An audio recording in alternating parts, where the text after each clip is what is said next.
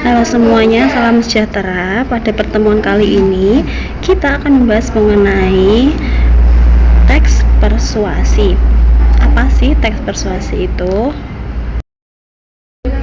Nah, di dalam teks persuasi itu terdapat kalimat yang biasanya digunakan untuk mengajak seseorang untuk melakukan sesuatu atau berisi ajakan, himbauan, bahkan permintaan.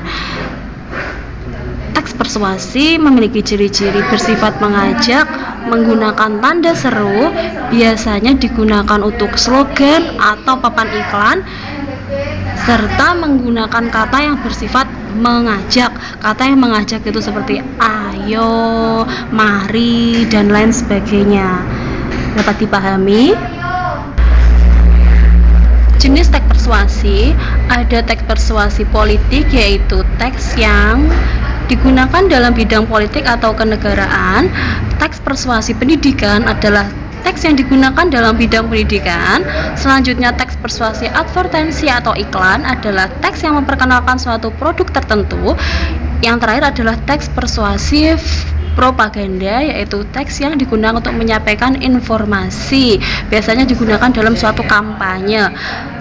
Lanjut, fungsi dari persuasi. Teks persuasi berfungsi sebagai perintah dengan individu lain, berisi instruksi kepada masyarakat, himbauan melakukan perintah, promosi kesehatan, dan pendidikan kesehatan.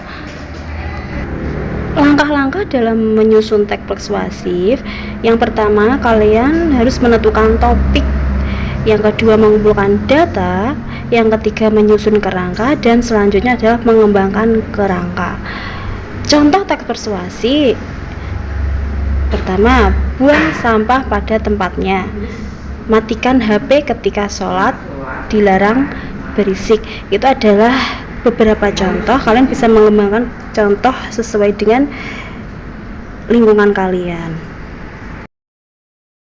Selanjutnya adalah struktur teks persuasi. Yang pertama ada pengenalan isu.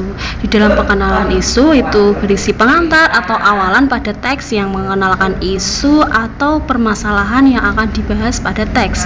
Yang kedua ada rangkaian argumen, berupa pendapat-pendapat dari penulis mengenai isu yang dikemukakan sebelumnya. Pada bagian ini juga dikemukakan mengenai data atau fakta yang mendukung argumen tersebut. Struktur ketiga ada pernyataan ajakan, berupa kalimat-kalimat dorongan kepada para pembaca untuk melakukan sesuatu. Pernyataan ajakan dapat berupa tersirat maupun tersurat. Struktur keempat ada penegasan kembali. Apa sih penegasan kembali? Penegasan kembali itu bertujuan untuk memperkuat pernyataan dan argumen-argumen sebelumnya. Jadi penegasan kembali itu bisa dikatakan suatu simpulan untuk menegaskan topik yang sedang kita bahas. Paham? Oke, kita akan membahas mengenai kaidah kebahasaan teks persuasi. Yang pertama ada kata-kata bujukan. Nah, jadi kata-kata bujukan ini sering kalian jumpai dalam kehidupan sehari-hari, bahkan sering kalian gunakan. Contohnya ada kata penting, ada kata harus, ada kata sudah, semestinya, sepantasnya, dan lain sebagainya. Selanjutnya yaitu adalah kata-kata imperatif. Kata kerja imperatif adalah jenis kata kerja perintah, jadi bisa melarang, bisa mengajak, seperti jadikanlah, waspadalah, hendaknya, dan lain sebagainya. Kaidah ketiga yaitu menggunakan kata-kata istilah yang sesuai dengan topik yang dibahas. Seumpamanya kalian menggunakan topik yang berkaitan dengan teknologi, jadi kamu menggunakan kata-kata yang merupakan ciri khas dari topik tersebut, seperti internet, sinyal, komputer, dan lain sebagainya. Selanjutnya ada kata-kata penghubung argumentatif yang menyatakan suatu alasan seperti sebab, jika, karena, dan lain sebagainya.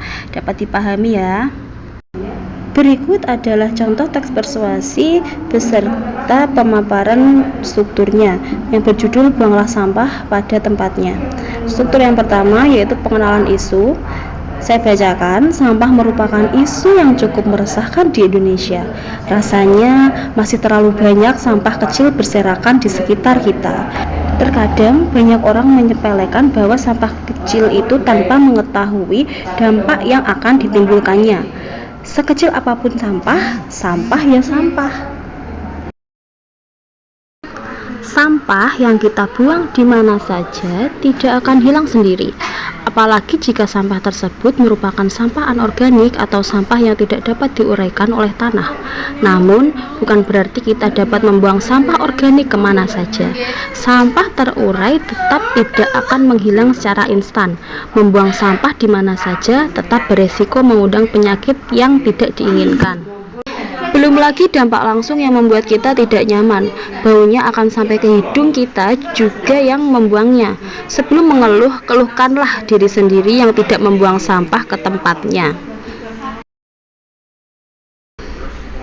Oleh karena itu, buanglah sampah pada tempatnya.